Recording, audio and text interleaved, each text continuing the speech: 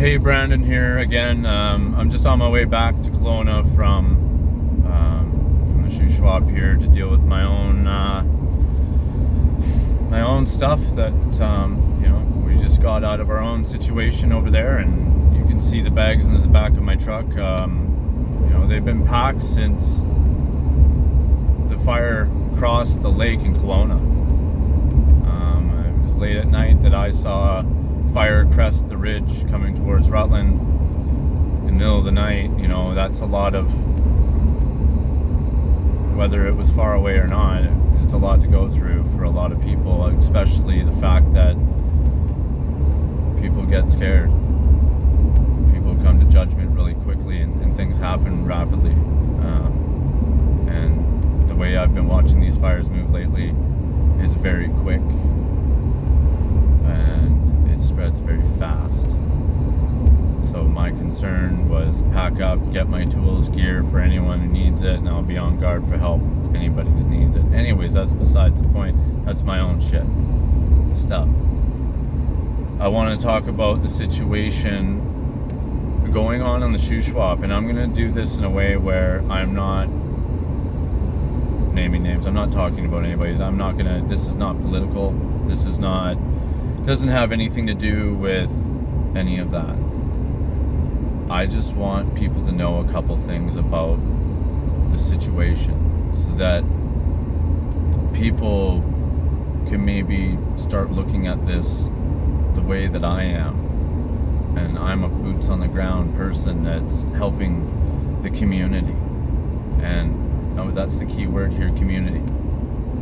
I grew up across the lake in Eagle Bay. I know everybody there in Eagle Bay.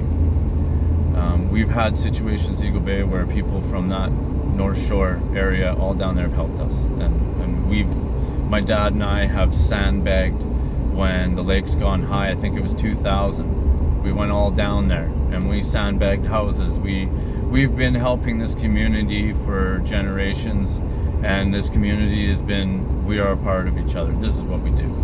One side of the lake is on fire. What do you think I'm gonna do? I'm gonna go help people. We are still extracting people. I don't even know if I'm allowed to talk about it, but we're taking a family right now as I speak, as I'm coming home here from the North Shore area to the other side of the lake. Women, children, dogs, the whole family.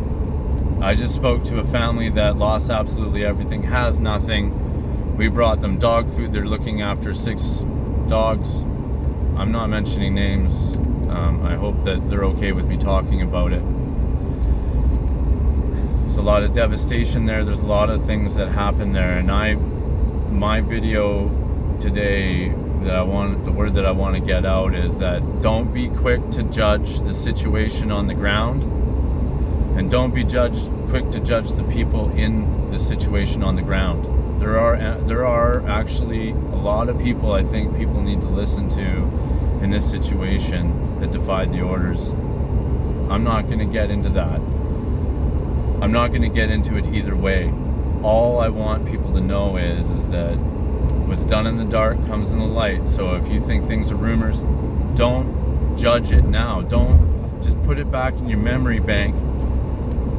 And when this is all cleared up, maybe you can start thinking about that kind of crap. But right now, there's a community in trouble.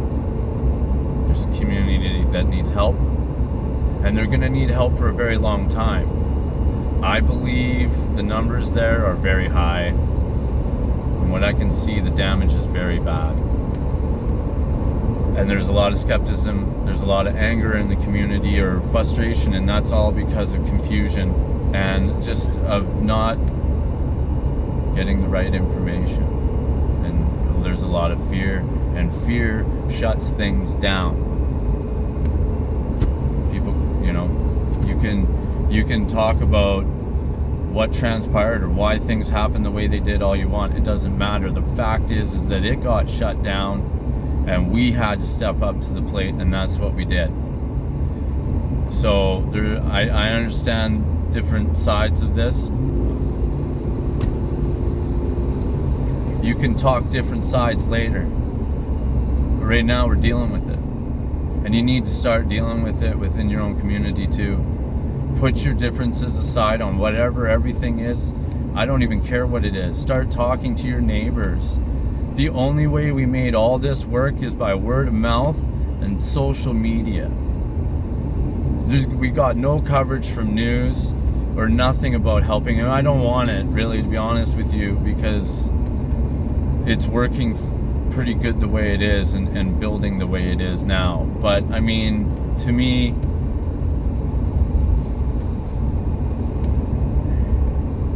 don't judge anything that's happening or has happened. And that's on both sides. Just get through the situation first. Like I go pick up supplies somewhere, and I hear people when I'm picking up supplies, and there's a lot of support, and then there's also a lot of people that don't know what's going on, and they quick to judge. And I have to look at them and I have to say to them, I don't care. I'm a human being. We're all God's children. And when this situation's over and you feel the need to point the finger, well, I hope you were there when it started, or you were in the community beforehand. Because if you're not, you don't know the roads, you don't know the evacs, you don't know what happened, you don't know how much time these people had, and you don't know how far down that road goes and how many communities it's connected to.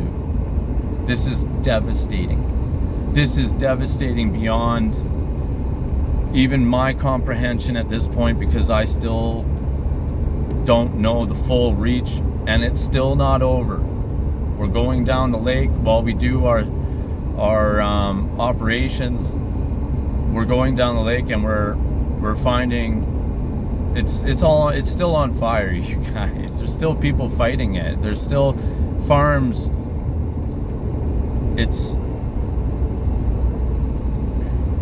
People still need help. They're going to open up the roads hopefully soon. The power guys, the BC Hydro, is working really hard. I've heard that from guys over there. I'm not allowed to touch land right now. I'm only allowed to take equipment from one side to the other and not touch no, that's a no-no. Barely. I don't even want to get on the dock. I just want to get supplies in, and if need be, people and animals and whatnot out. But and it hasn't slowed down. But this is not a rant. This is just, I'm just speaking about the situation in a neutral point of view, and I just don't want anybody to jump to conclusions. And there's a lot of heartbreaking stories that are going to come out, but there's also a lot of really good stories. I've met a lot of great people out there, great people that I wish I could mention, I wish I could give a shout out to, but because of the circumstances and the situation going on right now, I cannot. And that's a shame. That's a big shame. Because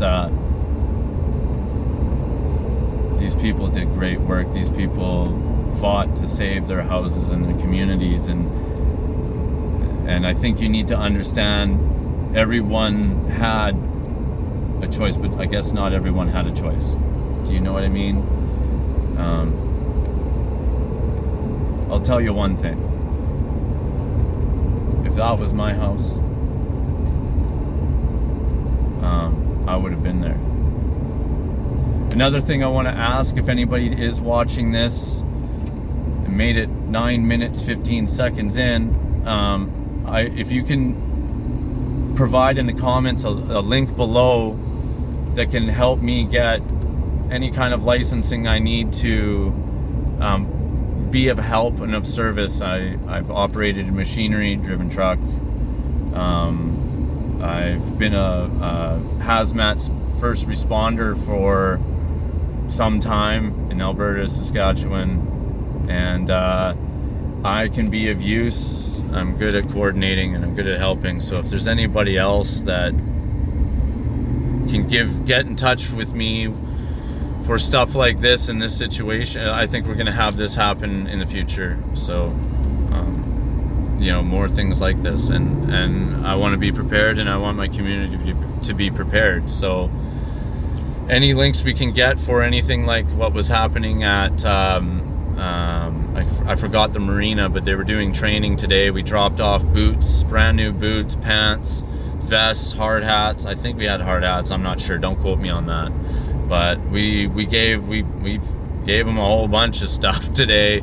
And I didn't even have a chance. We were in a hurry to ask any more about anything coming up. So anyways, I'm driving in a bad zone I'm supposed to be in, so I guess you should never do something illegal while you're doing something illegal. I'll catch you guys tomorrow, and I'll leave a slide on where your product's been going, if you're a donator. And I'll leave you slides and pictures of where everything we can to get the information out. And thank you guys for if anybody actually did sit through this rant / update / you know, driving home and actually getting a chance to sit back and think about everything. I haven't even had a chance to really. I can't say it. I'm heartbroken. My heart goes out to everyone out there, and we're doing the best we can to help. I think the road might be open up in maybe Tuesday night. That sounds, I don't know if it's a rumor or not, but to me that's hope. And I'll hang on to any little piece I can get at this point. You know, peace.